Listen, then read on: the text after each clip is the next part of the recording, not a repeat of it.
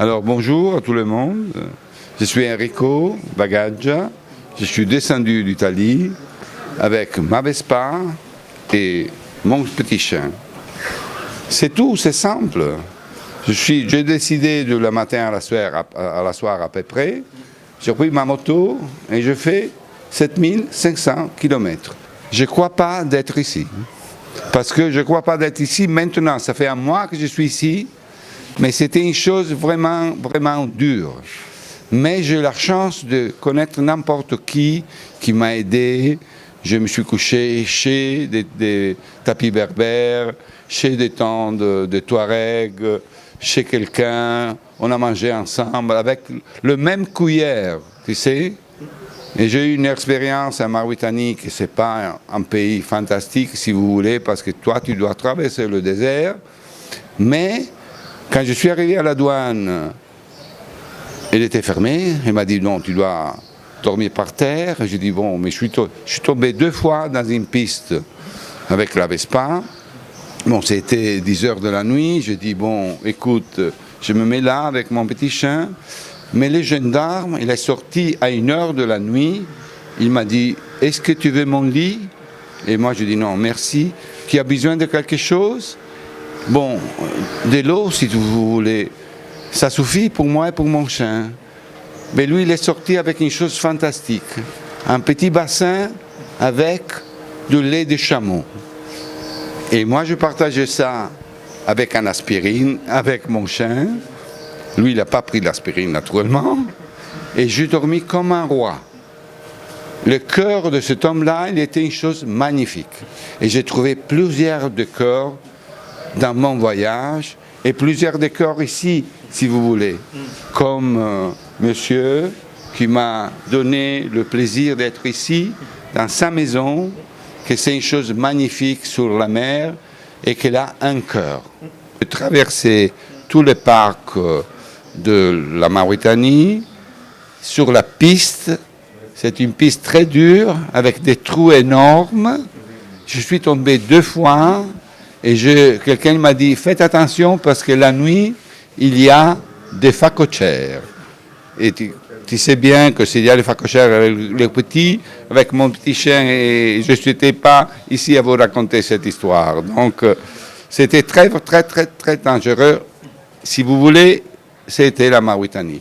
Parce qu'au Maroc, c'est magnifique. Je suis descendu de Tanger, je fais tout l'Atlas jusqu'à Beni Mellal, je fais aussi Marrakech, Essaouira, Agadir, Dakhla, où vous pouvez manger des huîtres magnifiques, fantastiques, pas comme les huîtres de saumon, mais plus bon, je dois le dire. Et bon, je suis arrivé, quand je suis arrivé au Sénégal, la douane, c'était terrible, toujours bakchiche, si tu veux. Mais quand je suis arrivé au Sénégal, c'est 1/4 d'heure de douane et j'ai trouvé la route. La vraie route, tu sais, c'est je ne sais pas, un cadeau de Dieu. Mais avant, j'ai fait 10 km et j'ai trouvé une chose dégueulasse, c'est un dos. Et je l'ai pris complètement et j'ai dit, moi, je tombe, mais je m'arrête là et je ne prends pas la Vespa. On a eu la chance d'être encore en pied et arrivé à Saint-Louis, dans l'île de Saint-Louis, où monsieur le pâtissier de l'hôtel de la Poste, il m'a donné sa chemise, il me l'a signée, elle est là. Donc, je me suis reposé à Saint-Louis 3 jours, parce que j'étais une cheville un peu comme ça, la main aussi, tu sais. Et bon, et puis je suis arrivé à Dakar. La nuit, je me suis trompé parce que je suis arrivé pas à l'embarcadère de Ngor, mais à l'embarcadère de Gorée. Rien, j'ai tout dans ma Vespa, les pièces de rechange, j'ai aussi une perceuse USB qui se charge USB. Ici, j'ai une petite cuisine à l'intérieur. J'ai aussi mon ordinateur. Et moi, je peux sortir un fil pour charger le téléphone. Et en bas, j'ai 2 tentes, la hamac et n'importe quoi. Et le chien, il habite ici, en face. Ici, c'est pour dormir. Ici, il y a des choses pour l'attendre en carbonio. Et c'est tout. Et l'autre chose, à mon avis, fantastique, c'est le cadeau que m'a fait Dieu de me faire connaître à Bignona, en Casamance, une femme qui a n'importe quoi, peut-être 80 ou 90 ans, qui a fait une chose magnifique. Elle qui a fabriqué ça, et ça me représente, parce qu'elle a la tête d'un chien, le corps d'un homme et une moto. Et aussi derrière, si vous voyez, il y a un poisson. Et c'est un symbole chrétien. Et elle est musulmane. Donc moi je crois que c'était une chose magnifique, et j'ai acheté ça pour le plaisir de l'avoir toute la vie. Je ne fais pas de commerce d'œuvres d'art. Mais elle est bien connue partout, c'est la meilleure artiste du Sénégal pour la terre cuite. Et une autre chose magnifique, c'est ça. C'est moi, regarde, c'est moi avec mon petit chien. Ça, c'est un cadeau d'un artiste, parce que moi, je dois l'appeler artiste de saumon. Il m'a fait ça, et l'autre aussi, que moi, je veux la donner à mes amis. Voilà, ce sont magnifiques à mon avis. Je ne sais pas, parce que je n'aime pas les choses modernes. En Italie, j'ai que des choses anciennes. J'ai une voiture anglaise, j'ai une Volvo de 35 ans, j'ai une BMW de 50 ans, j'ai aussi des bicyclettes anciennes anglais pour la course. Ça, c'est ma vie. J'achète les choses qui, peut-être, je n'ai pas eux quand j'étais jeune. Et c'est ça, c'est simple. Moi, je suis en train de travailler pour ma vie. Maintenant, ma vie, c'est comme ça. Votre vie, il est comme ça. Mais ma vie, c'est comme ça. Il doit la défrouter, il doit faire quelque chose maintenant. Qu'est-ce que tu dois faire les choses qui te plaisent, pas, c'est pas, je n'aime pas les grosses voitures modernes, toutes ces choses-là, les grands hôtels. Si toi tu es en vacances, tu vas en vacances dans un grand hôtel, c'est tout pareil pour le monde. Il y a la même piscine, etc. Parce que l'île d'Angor, il a un esprit incroyable.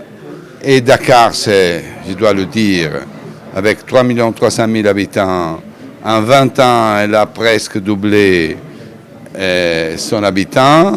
Ce sont des embouteillages terribles, mais ça, c'est un problème du monde, ce n'est pas le problème de l'Afrique. Si vous voulez, la capitale de la Mauritanie, c'est 10 fois plus dangereux, n'importe quoi. Et il y a poubelles partout, là-bas, etc. Ici, ça commence à voir quelque chose. Mais vous avez un pays magnifique, à partir de Saint-Louis et jusqu'à Cap Skirring. Moi, je visitais pas beaucoup, si vous voulez, j'étais à Ziguinchor, Bignona, Cap Skirring, Oussouye, Mlop avec une fête de mariage, etc. Et je crois que j'ai reçu un plaisir énorme de visiter votre pays et j'espère de retourner ici parce qu'on a une idée avec un ingénieur italien qui s'appelle Oliviero de faire des maisons autoportantes avec du bois qui vient d'ici et les construire de petites maisons pour un gars qui est aussi un antiquaire qui est ici.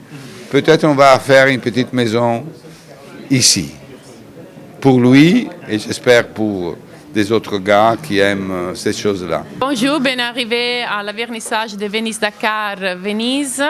Je suis surtout l'ami d'Enrico, que je connais à Venise.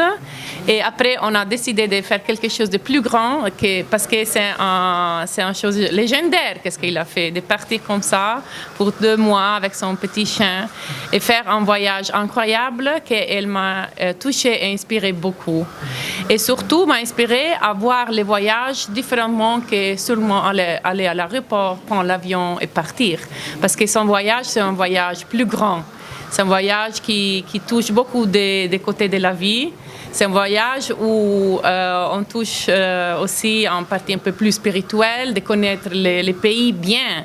Parce que seulement quand tu es dans la rue que tu peux connaître un pays et pas dans l'avion. Et lui, c'est ça qu'il a fait. Il a connu le Maroc, il a connu la Mauritanie, il a connu le Sénégal, dans la vraie essence de qu'est-ce qu'il représente. Et pour ça que je remercie Enrico d'avoir fait ça et qui a inspiré tous nous et pour ça, pour son grande aventure.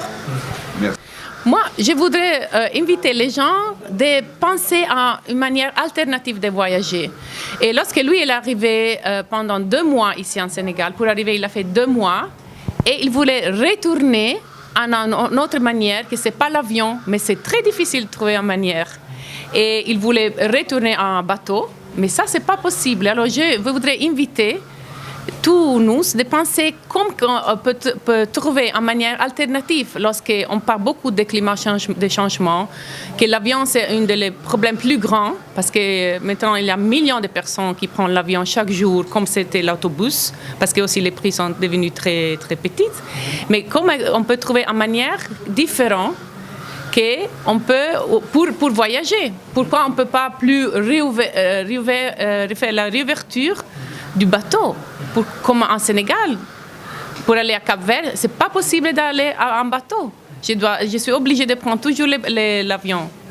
Alors, c'est mon invitation à réfléchir, de trouver, surtout qu'on doit tout maintenant collaborer pour sauver la Terre, les planètes qui se trouvent dans un grand problème de pollution, de réfléchir sur ça.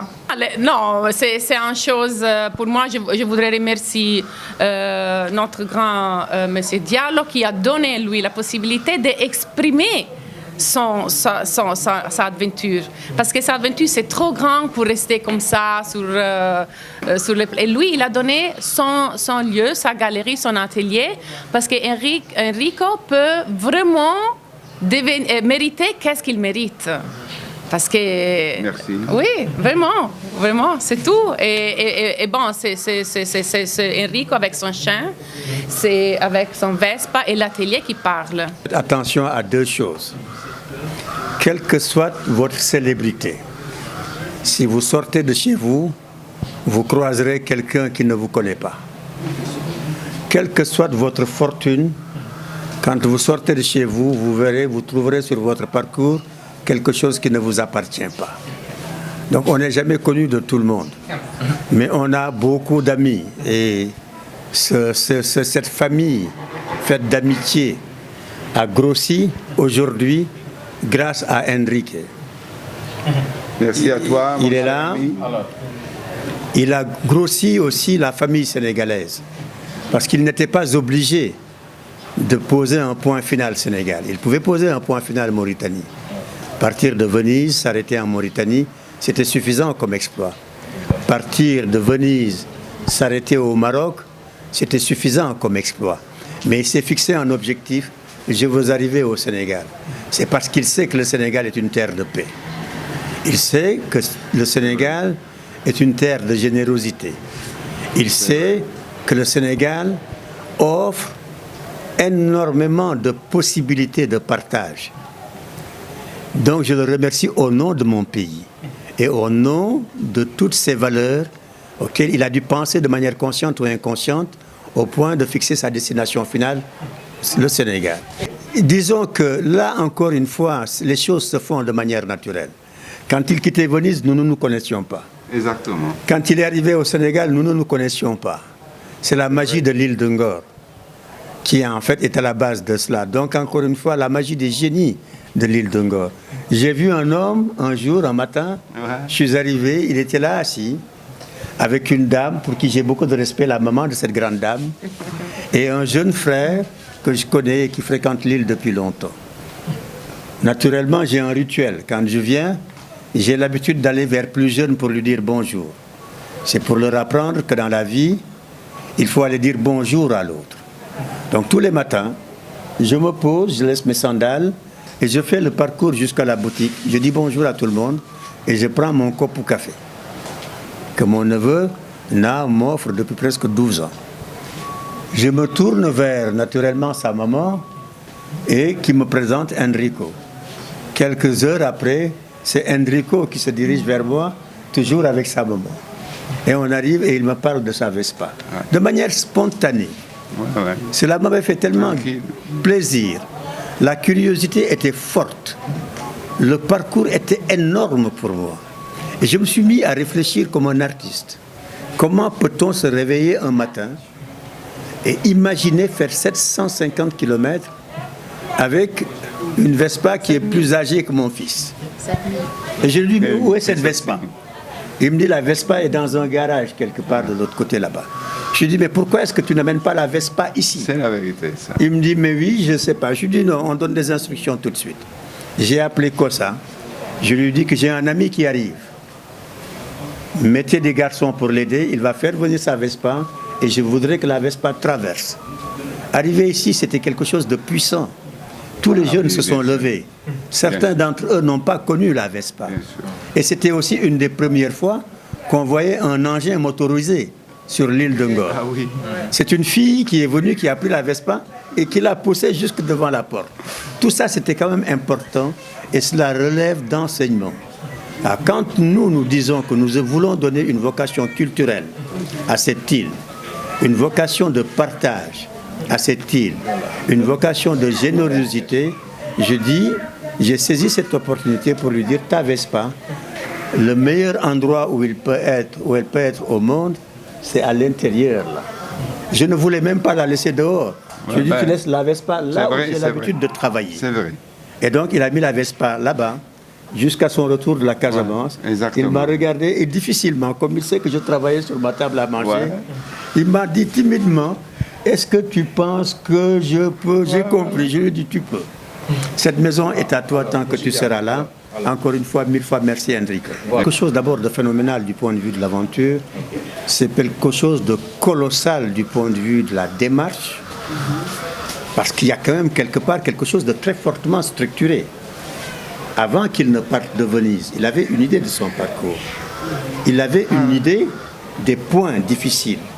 Il avait une connaissance des endroits qu'il devait traverser. C'est donc dire qu'il a dû se meubler le cerveau avant de prendre la décision de faire cette aventure-là. Et il nous la raconte, cette aventure, en quelques mots. Parce qu'il nous dit à peu près ce qu'il a fait à chaque point. Quand il nous parle des huîtres qu'il a mangées je ne sais où, quand il nous parle des petits points qu'il a vus quelque part, de ce tas de bagnoles qu'il a rencontrés sur le parcours, brûlés juste à la sortie du Maroc. Exactement. Mais ce sont des enseignements dont nous avons besoin. Je disais tout à l'heure à ma sœur qui est venue de Las Vegas qu'en réalité, il faudrait que nos enfants comprennent que demain, ils doivent participer et ils auront à participer à la construction du futur. Ça, donc vrai. Tout ce qui favorise une idée de partage est à prendre. Tout ce qui est enseignement, d'où qu'il puisse venir, est à prendre. Tout ce qui peut aider le cerveau à se développer, à participer, à permettre à la participation à la construction du futur, tout en gardant sa singularité, est chose utile. Et ici, cet espace-là s'appelle quand même le Pinch. C'est un espace de partage de savoir, de talent et de générosité, tout simplement. Vous avez vu le nom à l'entrée. On n'y transmet que du savoir. Il nous transmet aujourd'hui son savoir. Il nous montre son talent. Il nous montre son courage et sa volonté d'arriver à quelque chose. S'il était musulman, je lui aurais dit que son ramadan est déjà agréé par Allah, parce que c'est un hadith prophétique qui nous dit que si la volonté de l'homme s'attachait à atteindre ce qui est au-delà du trône céleste, elle y parviendrait forcément par la grâce d'Allah. Il vient de nous en donner la preuve. Quitter Venise, venir jusqu'à Dakar, avec un engin qui est plus vieux que vous. Mais ça se fera un jour. Inch'Allah. Cette aventure sera déjà racontée dans un livre que je compte publier en fin d'année et qui s'intitule « L'imagination échauffée d'un artiste ». Je regrette de n'avoir pas enregistré ou gardé, ou en mémoire ou en bibliothèque, les autres aventures qui avaient abouti sur l'île de Ngor, telles que ces 15 généreux garçons qui sont partis d'ici, de cette maison, en monocoque jusqu'en Guadeloupe. Je ne sais pas si ça vous dit quelque chose. C'est 30 jours en mer, sans assistance, sans surveillance, et on n'est alimenté que par des pilules. C'est quand même quelque chose qu'il faut faire. Voilà, j'ai reçu un homme ici de passage qui avait quitté New York en bicyclette. Mais je n'ai rien enregistré de tout ça. Donc c'est lui le point de départ, c'est lui le compte à rebours est parti. Désormais, l'île de Ngor ne laissera passer aucune occasion pour archiver en réalité toutes ces choses qui passeraient par la fuite du volcan.